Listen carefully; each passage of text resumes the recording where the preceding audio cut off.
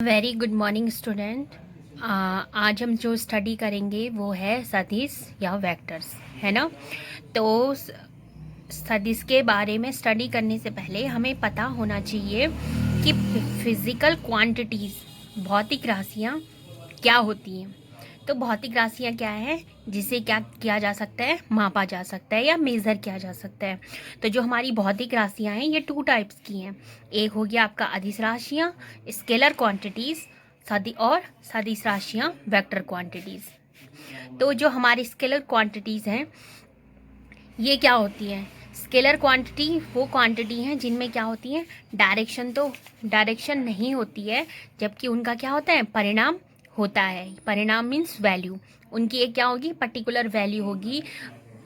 जबकि क्या होती हैं, जो हमारी वेक्टर क्वांटिटीज़ होती हैं उनमें जो डायरेक्शन है वो भी होती है, और डायरेक्शन के साथ साथ उनका क्या होता है, मैग्नीट्यूड भी होता है। मीन्स उनके पास क्या होगी, एक वैल्यू होगी, और वो एक क्या होगी, फिक्स डायरेक्शन में होगी, एक डायरेक्शन होगी उसकी, है ना।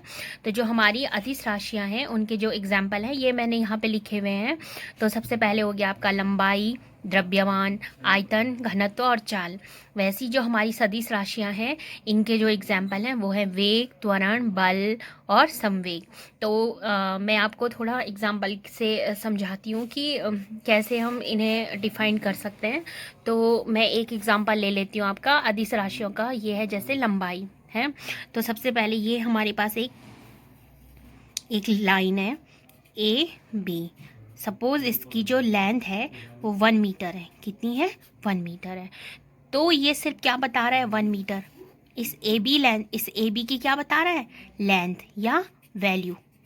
क्या बता रहा है, वैल्यू, क्योंकि जो 1 है वो एक क्या है, वैल्यू है। लेकिन इसकी कोई डायरेक्शन नहीं है। ये नहीं बता रहा है कि ये कौन सी डायरेक्शन में जा रहा है। मीन्स इस डायरेक्शन में जा रहा है, इस डायरेक्शन में, इस डायरेक्शन में और इस डायरेक्शन में नहीं। ये सिर्फ क्या बता रहा है कि ए बी क्या है, एक लेंथ है जो कितनी है, 1 मीटर है। तो ये क्या हो गया, एक अदिश राशि हो गई, क्योंकि इसकी क्या है, इसके पास मैग्नीट्यूड तो है लेकिन इसके पास क्या नहीं है, एक पर्टिकुलर डायरेक्शन नहीं है। अब सपोज मैं वेक्टर क्वांटिटी आपको समझाऊं, तो मैं एक डायरी ले रही हूँ यहाँ पे। तो ये जो डायरी है, मैंने क्या किया, इस डायरी को अपवर्ड डायरेक्शन में क्या करा, एक फोर्स लगाया। तो अभी डायरी कहाँ थी, यहाँ पे थी, लेकिन अब डायरी कहाँ चली गई, इस यहाँ चली गई। तो ये क्या हुआ, डायरी की क्या हुई, डायरी क्या हो गई, डायरेक्शन क्या हो गई, चेंज हो गई। तो ये क्या हो गई, हमारी अदिश राशियाँ। तो जो फोर्स है वो क्या हो गई, हमारी अदिश राशि। अब आता है हमारा क्या, रिप्रेजेंटेशन ऑफ वेक्टर। तो सदिश का जो निरूपण है वो किस तरीके से होता है। तो सबसे पहले जो वेक्टर होता है उसके पास 2 चीज़ें होती है। फर्स्ट क्या है, मैग्नीट्यूड, और सेकंड डायरेक्शन। मैग्नीट्यूड का मतलब तो मैंने आपको बता ही दिया कि मैग्नीट्यूड क्या होती है। मैग्नीट्यूड का मतलब वैल्यू। तो किसी भी वेक्टर के पास 2 चीज़ें, क्या, मैग्नीट्यूड और डायरेक्शन। तो सपोज मैं एक वेक्टर ले रही हूँ ए बी। मैंने आपकी सुविधा के लिए इनको क्या कर दिया है, थोड़ा इसको एक्सटेंड करके समझा रही हूँ। तो जो ए बी है, इसमें जो इसका स्टार्टिंग का पॉइंट होता है इसको बोलते हैं हम टेल या पूंछ, और जो लास्ट एंड वाला पॉइंट होता है इसको बोलते हैं हेड, जो कि मैंने किससे दिखा रखा है यहाँ पे, ब्लू से। तो अब यहाँ पे समझ लेते हैं कि जो मैग्नीट्यूड है आपका, वो मैग्नीट्यूड वो क्या है और डायरेक्शन क्या है यहाँ पे, है ना। तो जैसे ए और बी एक वेक्टर है, तो ए से बी जो आपको ये लाइन दिख रही है, ये लाइन तो हो गई आपकी क्या, मैग्नीट्यूड, और इसी को क्या बोलते हैं हम, लेंथ। लेकिन जो आपका ये ब्लू कलर का दिख रहा है, ये एरो टाइप में, ये क्या हो गया, ये क्या चीज़ को रिप्रेजेंट करता है, डायरेक्शन को रिप्रेजेंट करता है। इसका मतलब अगर हमें कभी भी किसी भी वेक्टर को रिप्रेजेंट करना होगा तो हम उसको कैसे रिप्रेजेंट करेंगे, इस तरीके से, इस तरीके से, है ना। लेकिन अगर मैंने इसी को सिंपल ए लिख दिया, ये तो हो गया ए वेक्टर। इसका मतलब ये कौन सी क्वांटिटी हो गई, ये कौन सी हो गई आपकी, स्केलर या वेक्टर, वेक्टर। ये कौन सी हो गई, वेक्टर क्वांटिटी। लेकिन अगर मैं इसे ऐसे रिप्रेजेंट करती हूँ तो ये क्या हो गया, इसमें क्या है, मैग्नीट्यूड तो है लेकिन डायरेक्शन नहीं है। तो ये कौन सी हो गई, स्केलर क्वांटिटी। तो जब भी आप वेक्टर या स्केलर को रिप्रेजेंट करते हैं तो इस एरो का ध्यान जरूर दीजिए। अगर किसी भी क्वांटिटी के ऊपर ये एरो लगा है, इसका मतलब वो कौन सी क्वांटिटी है? वेक्टर। और अगर कोई भी एरो नहीं है, सिंपल सा है, तो वो क्या चीज़ को रिप्रेजेंट करता है? मैग्नीट्यूड। तो वो क्या हो गया? Scalar quantity. अब आता है हमारा टाइप ऑफ वेक्टर। तो टाइप ऑफ वेक्टर, वेक्टर कितने टाइप के होते हैं? तो वेक्टर आपके वैसे तो काफ़ी बुक्स में, आपकी जो बुक्स हैं उसमें काफ़ी क्लासिफिकेशन दे रखा है वेक्टर का, लेकिन हम मेनली जो यहाँ पे पढ़ रहे हैं वो 8 टाइप्स के पढ़ रहे हैं, क्योंकि ये 8 टाइप्स आपके आगे भी हेल्प करेंगे। तो सबसे पहले आपके आ गया इक्वल वेक्टर, अनइक्वल वेक्टर, फिर आ गया थर्ड पैरेलल वेक्टर, फोर्थ है एंटी पैरेलल वेक्टर, 5 है कोलिनियर वेक्टर, 6 है आपका कोप्लैनर वेक्टर, 7th है जीरो वेक्टर, और 8th हो गया आपका यूनिट वेक्टर।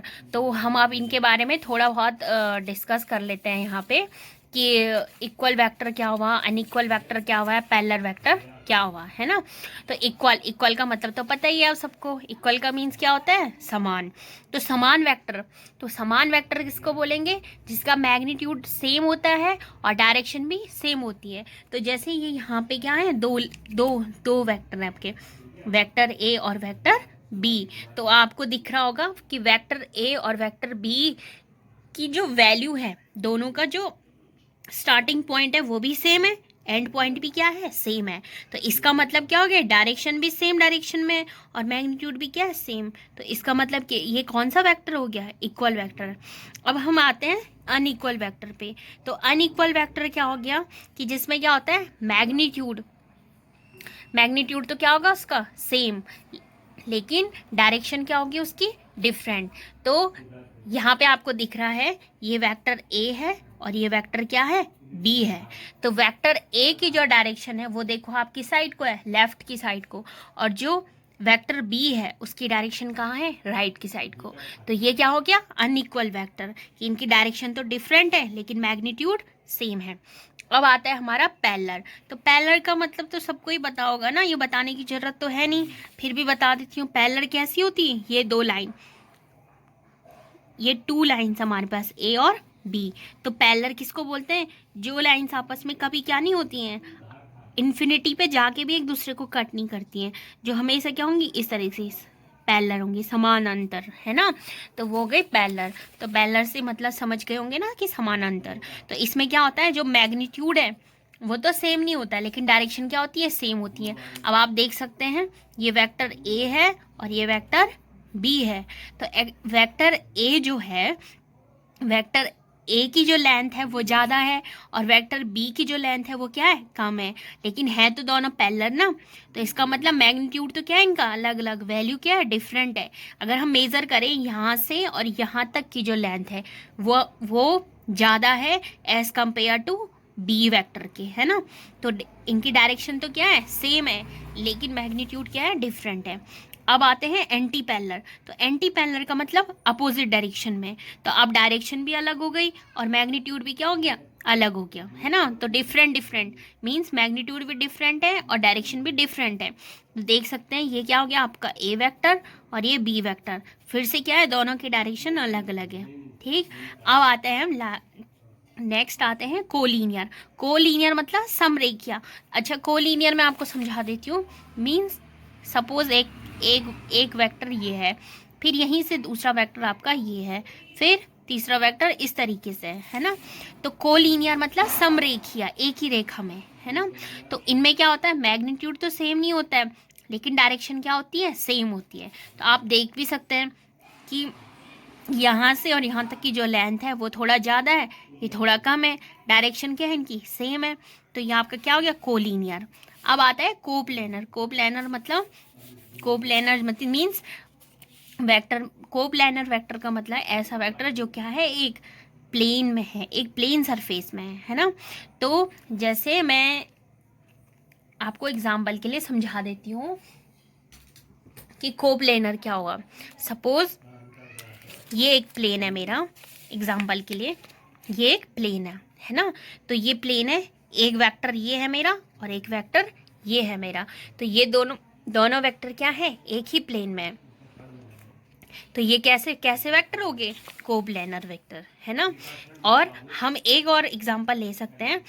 अगर मैं ऐसे एक एक वेक्टर इस तरीके से लगा लूँ, है ना, तो अब हमारे पास कितने वेक्टर हो गए, सपोज 1 2 3। अब ये कोप्लेनर है नहीं है, क्यों? क्योंकि जो ये वाला प्लेन है हमारा, इस प्लेन में ये ब्लू वाला और ये पिंक वाला वेक्टर तो है, लेकिन ये ब्लैक वाला वेक्टर क्या है, इसके आउटवर्ड है। इसका मतलब क्या नहीं है, ये अब क्या नहीं है, कोप्लेनर वेक्टर नहीं है। तो हम ये भी कह सकते हैं, यहाँ पे एक चीज हमारी क्या कंक्लूजन निकलती है कि any two vector are coplanar, है ना, कि कोई भी दो वेक्टर जो हैं वो क्या होंगे, कोप्लेनर होंगे। तो आपको अब ये चीज़ तो पता चल गई। और ये भी ये हो सकता है कि अगर मैंने यही वेक्टर यहाँ पे रख दिया तो अब ये 3 वेक्टर क्या हो गए, कोप्लेनर हो गए। लेकिन हर कंडीशन में ये जरूरी नहीं है, पॉसिबल नहीं है ना। तो आप सिर्फ ये चीज़ ध्यान में रखिए कि जो आपके 2 वेक्टर हैं वो आपस में क्या होंगे, कोप्लेनर होंगे। हम 3 वेक्टर की कंडीशन पे ये चीज़ अप्लाई नहीं कर सकते, है ना। बता दिया मैंने, फिर भी देख लो कि अगर मैंने ये वेक्टर यहाँ पे रख दिया सपोज, तो अभी तो ये सेम प्लेन में है, लेकिन अगर जैसे ही मैंने इसको यहाँ से रिमूव करके यहाँ पे रख दिया, मैंने इसकी पोजीशन चेंज कर दी, तो अब ये क्या हो गया, आउटवर्ड हो गया इसके। तो ये क्या नहीं है, आपका कोप्लेनर वेक्टर नहीं है। अच्छा, तो यहाँ पे जो इसका मैग्नीट्यूड होता है वो क्या सेम हो भी सकता है, नहीं भी हो सकता है। कैसे, एग्जाम्पल के लिए समझा देती हूँ आपको। तो जैसे ये हमारा एग्जाम्पल है, ये हमारे पास 2 वेक्टर हैं और सेम प्लेन में है ना। तो जो हमारी ये जो स्केच है ब्लू वाली, इसकी जो लेंथ है वो ज़्यादा है एज कम्पेयर टू इस पेंसिल के। है तो ये वेक्टर हम मान के चल रहे हैं वेक्टर हैं, लेकिन इनका मैग्नीट्यूड क्या नहीं है, सेम नहीं है ना। तो इनका मैग्नीट्यूड सेम हो भी सकता है और नहीं भी हो सकता है, ठीक। तो यहाँ पे जो दिख रहा है हमें कि कोप्लेनर क्या होते हैं, मे बी और मे नॉट बी, इनका मैग्नीट्यूड क्या हो सकता है, सेम हो भी सकता है और सेम नहीं भी हो सकता है। लेकिन अगर हम डायरेक्शन की बात करें तो डायरेक्शन तो कभी भी सेम नहीं होगी, है ना।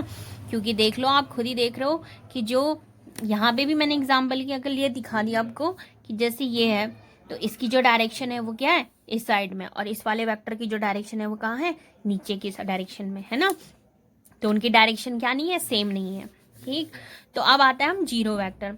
तो जीरो वेक्टर क्या हुआ, जीरो वेक्टर क्या होती है कि इनकी क्या होती है, एनी कोई भी डायरेक्शन हो सकती है और मैग्नीट्यूड हमेशा क्या होगा, जीरो। पता ही चल रहा है जीरो वेक्टर, जीरो का मतलब जीरो वेक्टर मीन्स जिसकी वैल्यू ही क्या है, जीरो है। नेक्स्ट आते हैं हम यूनिट वेक्टर। तो यूनिट वेक्टर का जो मैग्नीट्यूड होगा वो हमेशा 1 होगा और डायरेक्शन क्या होगी उसकी, हमेशा फिक्स होगी। तो यूनिट वेक्टर क्या होता है, एक इकाई, यूनिट वेक्टर मीन्स इकाई सदिश। तो इकाई सदिश क्या होता है, सदिश की दिशा को क्या करता है, ये बताता है। तो जैसे हमने एग्जाम्पल के लिए यहाँ पे रख लिया है, एक प्लेन है एक्स वाई, और सपोज मैंने क्या किया, एक यूनिट वेक्टर ले लिया। तो जो यूनिट वेक्टर है उसको इससे ये रिप्रेजेंट कर दिया मैंने, है ना। तो ये हो गया आपका। तो ये क्या है, एक यूनिट वेक्टर है। तो यहाँ पे यूनिट वेक्टर क्या कर रहा है, एक्स की डायरेक्शन को बता रहा है। वैसे अगर वाई की डायरेक्शन में ले लूँ तो वाई की डायरेक्शन में जो यूनिट वेक्टर होगा वो हो गया वाई कैप। तो इसको क्या पढ़ते हैं हम, कैप, ये कैप है, इसको कैप बोलते हैं, है ना।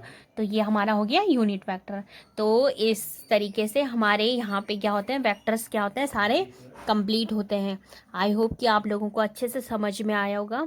और मैंने ये जो वीडियो बनाया था, ये मेरा वीडियो बनाने का यही उद्देश्य था कि आप लोगों को वेक्टर के बारे में अच्छे से नॉलेज हो जाए।